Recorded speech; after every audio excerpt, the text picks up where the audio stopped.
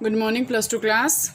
बेटा यूनिट 7 को कंटिन्यू करते हैं और नाइट्रोजन फैमिली की जो हम फिजिकल और एटॉमिक प्रॉपर्टी जो कर रहे थे ग्रुप 15 एलिमेंट्स की, उसी को आज कंटिन्यू करते हैं। लास्ट मैंने आपको करवाया था वैलेंसी। लास्ट मैंने आपको वैलेंसी करवाया था। तो वैलेंसी को करने के बाद इसका जो नेक्स्ट जो प्रॉपर्टी आती है वो इसकी आती है आयोनाइजेशन एंथैल्पी।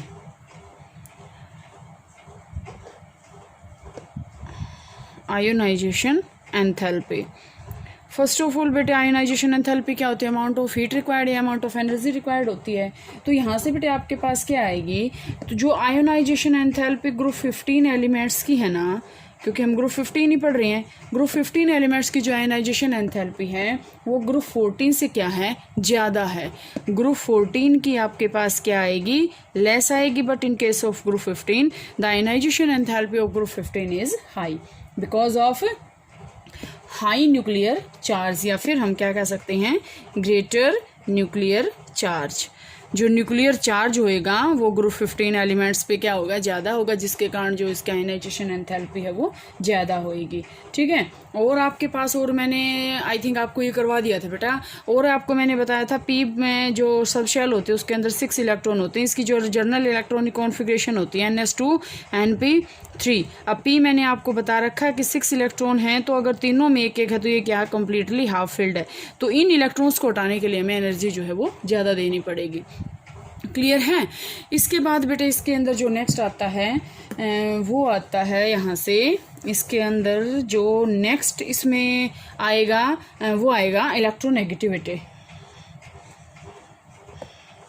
इलेक्ट्रोनेगेटिविटी। अब फर्स्ट ऑफ ऑल इलेक्ट्रोनेगेटिविटी क्या होती है? Tendency of any atom to attract shared pair of electrons. तो इलेक्ट्रोनेगेटिविटी बेटे ग्रुप 15 एलिमेंट्स की क्या होगी? ग्रुप 14 से क्या होगी? ज़्यादा होगी। ये आपको पॉइंट्स हैं जो ये याद रखने हैं कि इलेक्ट्रोनेगेटिविटी भी ग्रुप 15 की क्या है? ज़्यादा है एज कंपेरिजन टू ग्रुप 14। ठीक है, क्योंकि आपको भी पता है ग्रुप 14 ये है, 15 ये है, ऐसे ऐसे हम जाएंगे तो क्या है? नॉन मेटालिक करैक्टर बढ़ रहा है, नॉन मेटालिक करैक्टर बढ़ रहा है, तो इसका मतलब क्या है? अब नॉन मेटल्स इलेक्ट्रोपॉजिटिव थोड़ी शो करते हैं, इलेक्ट्रोनेगेटिव होते हैं। तो ग्रुप 14 से जो इलेक्ट्रोनेगेटिविटी ग्रुप 15 की है वो क्या है? The electronegativity of elements of group 15 are higher than that of group 14।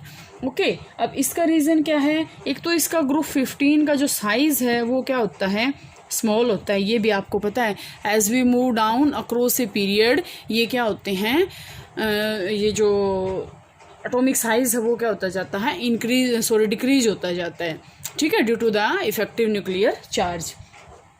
ठीक है। और इसमें आपके पास क्या होएगा बेटे? एक इसमें ट्रेंड है, ये तो ऐसे है ट्रेंड। अगर हम इस ग्रुप 15 की ऐसे बात करें कि नाइट्रोजन, फॉस्फोरस, आर्सेनिक, एंटीमनी और बिस्मिथ, अगर हम as we move down the group the electronegativity tendency electronegativity of atoms will be going on decreasing, because as we know that ये आपके पास क्या है? नॉन मेटल्स थे, ये मैंने मेटलॉइड बताए थे, और ये आपके पास क्या बताया था? मेटल बताया था।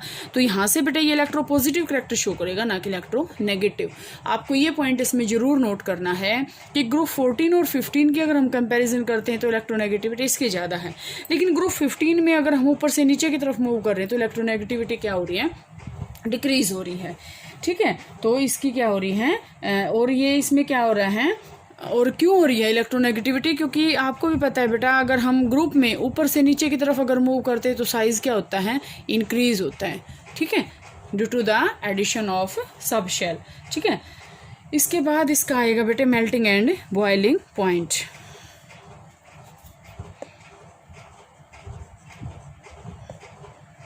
Melting and boiling point. Melting and boiling point में आपके पास क्या आएगा बेटे? इसमें जो है कोई भी स्पेसिफिक ट्रेंड नहीं है, नो रेगुलर पैटर्न। हम ये नहीं कह सकते कि ये घटेगा और ये बढ़ेगा। अब इसके अंदर क्या है? अब सबसे पहले अगर हम देखें बेटा, नाइट्रोजन से अगर हम आर्सेनिक में जाएंगे तो वो क्या हो रहा है? इंक्रीज हो रहा है। ठीक है। लेकिन अगर हम आर्सेनिक से बिस्मिथ तक जाएंगे तो वो डिक्रीज हो रहा है। तो हम कोई स्पेसिफिक या रेगुलर पैटर्न नहीं कह सकते कि वो कंटिन्यू कंटिन्यू बढ़ेगा या कंटिन्यू घटेगा। अगर हम देखते हैं नाइट्रोजन से हम आर्सेनिक की तरफ मूव कर लिया हमने, तो उसका जो मेल्टिंग पॉइंट है वो क्या हुआ, बॉइलिंग पॉइंट इंक्रीज हुआ। लेकिन अगर हम आर्सेनिक से बिस्मिथ की तरफ गए तो जो मेल्टिंग पॉइंट है वो क्या हुआ, डिक्रीज हुआ। मीन्स यहाँ से डिक्रीमेंट है और यहाँ से क्या है, इंक्रीमेंट है। ठीक है। अब यहाँ से आपके पास क्यों आएगा बेटे, क्योंकि जो नाइट्रोजन और फॉस्फोरस होता है ना, वो डिफरेंट फॉर्म्स में एग्जिस्ट करता है। ठीक है। नाइट्रोजन जैसे देखो बेटा, आपको पता है नाइट्रोजन N2 फॉर्म में एग्जिस्ट करेगा। ठीक है। फॉस्फोरस P4 में एग्जिस्ट करता है। ठीक है। और यहाँ से मेल्टिंग पॉइंट एंटीमनी और बिस्मिथ का क्यों है, यहाँ से आपके पास ये भी क्वेश्चन आएगा कि एंटीमनी और बिस्मिथ का जो मेल्टिंग पॉइंट है वो डिक्रीज क्यों हो रहा है। क्योंकि ये कोवलेंट बॉन्ड सिर्फ 3 बनाते हैं। देयर आर 3 कोवलेंट बॉन्ड, इतनी टेंडेंसी है, 3 कोवलेंट बॉन्ड बना सकते हैं। और ये किसके कारण होता है, 3 कोवलेंट बॉन्ड बनाने के कारण क्या है, इनर्ट पेयर इफेक्ट के कारण। ठीक है। ये मैंने आपको 11th में बार बार बताया था बेटे, इनर्ट पेयर इफेक्ट क्या होता है, जो आपके पास S, P, D और F जो सब शेल होते हैं उनमें ये जो है इनर्ट पेयर इफेक्ट शो करता है। ठीक है। जिसके कारण क्या होएगा, अगर ये इनर्ट पेयर इफेक्ट है तो इसके कारण क्या होएगा, फोर्सेस ऑफ अट्रैक्शन जो उनके बीच में है वो क्या हो जाएगा, डिक्रीज हो जाएगा। ठीक है। फोर्सेस ऑफ अट्रैक्शन अगर कम है तो इसका मतलब क्या है, वो आसानी से बॉयल और मेल्ट हो सकता है। ठीक है। और इसके कारण क्या है, बिस्मिथ का जो है मेल्टिंग और बॉइलिंग पॉइंट क्या होता है, लोअर होता है एंटीमनी से। ये क्वेश्चन आपके पास आ सकता है कि why bismuth have lower melting point than antimony, because there is less forces of attraction due to inert pair effect, so we have to give only some force या some energy। इसके बाद इसमें आपके पास जो नेक्स्ट आएगा बेटे वो आएगा मेटेलिक करैक्टर।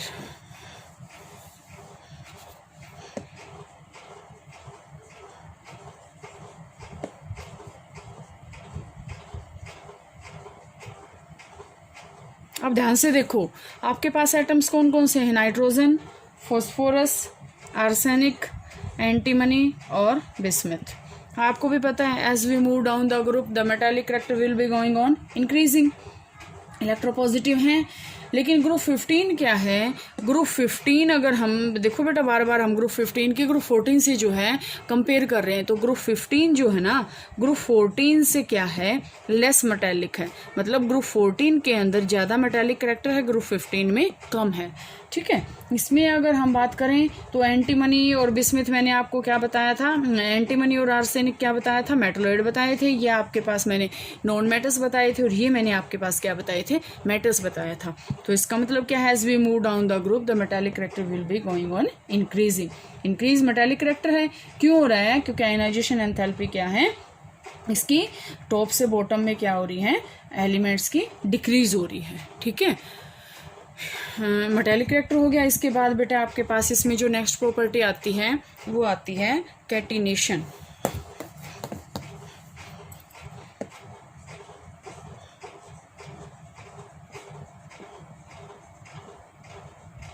कैटिनेशन अब 10th क्लास का टॉपिक है। कैटिनेशन क्या होती है, self linking property. Catenation means क्या होती है, self linking property of any atom is called catenation. अगर हम यहाँ से देखें, नाइट्रोजन N2 होता है, फॉस्फोरस P4 होता है, तो इसका मतलब इस ग्रुप के जो एलिमेंट्स होते हैं वो क्या शो करते हैं, कैटिनेशन की प्रॉपर्टी शो करते हैं। तो थोड़ा सा ध्यान से देखना बेटा, इसमें मैं थोड़ा सा अलग से एग्जांपल दूंगी। आपको पता है N2 का जो नाइट्रोजन का जो एलिमेंट है वो NH3 होता है एक। ठीक है। लेकिन आज हम क्या करेंगे, N3H। N3H क्या होता है, हाइड्राजोइक एसिड। N3H क्या होता है, हाइड्राजोइक एसिड। ये आपके पास क्या है, हाइड्राजोइक एसिड। और इसके में क्या होता है बेटा, अगर हम इसका हाइड्राजोइक एसिड का स्ट्रक्चर देखें तो इसका हाइड्राजोइक एसिड का स्ट्रक्चर होता है N डबल बॉन्ड N और डबल बॉन्ड N। यहाँ से ये बन गया। ठीक है। क्योंकि N3H है, एक नाइट्रोजन के साथ हम क्या लगा देंगे, हाइड्रोजन। तो यहाँ से आपके पास क्या बन गया, इसमें क्या है, लोन पेयर। अब अगर हम इसकी बात करें तो नाइट्रोजन तो 3 ही बॉन्ड बना सकता है, 2 यहाँ बना दिए, 2 यहाँ बना दिए, तो इसका मतलब क्या है, ये लोन पेयर इसके खत्म हो गए यहाँ से।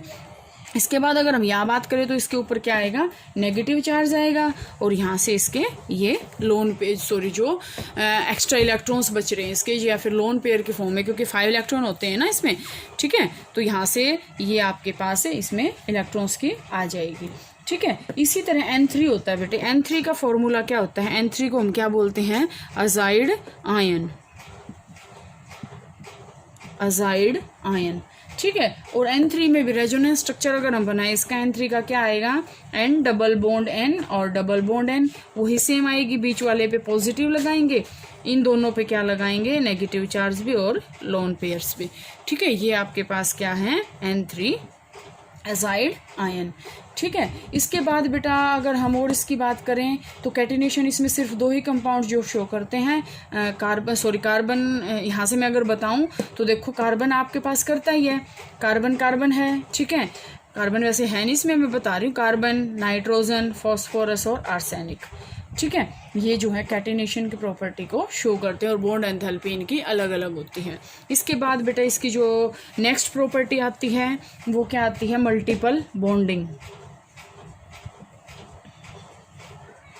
मल्टीपल बॉन्डिंग में हम क्या पढ़ेंगे, फर्स्ट मेंबर इस ग्रुप का, फर्स्ट मेंबर आपको पता है नाइट्रोजन है, ठीक है। First member of each group of P block element has greater tendency to form multiple bonding, मतलब सारे के सारे जितने भी नाइट्रोजन फैमिली, ऑक्सीजन फैमिली, आगे हैलोजन आएंगे, ठीक है, ये जितने भी पी ब्लॉक एलिमेंट के जितने भी फर्स्ट मेंबर हैं सब जो है मल्टीपल बॉन्ड की फॉर्मेशन करते हैं। इसी तरह इस ग्रुप का भी, नाइट्रोजन फैमिली का भी जो नाइट्रोजन मेंबर है ना, वो आपके पास पी पाई डबल बॉन्ड की फॉर्मेशन जो है वो करता है, पी पाई डबल बॉन्ड ये जो फॉर्मेशन है वो करता है।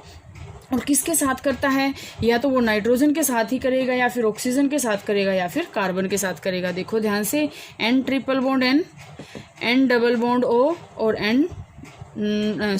साइनाइड का C ट्रिपल बॉन्ड N, ये जो है पी पाई मल्टीपल बॉन्डिंग जो है ये शो करता है, ठीक है। यहाँ से बेटे आपके पास ये जो है इसकी प्रॉपर्टीज मोस्टली जो है कंप्लीट हो चुकी हैं, 1-2 प्रॉपर्टी रहेंगी तो वो नेक्स्ट करते हैं।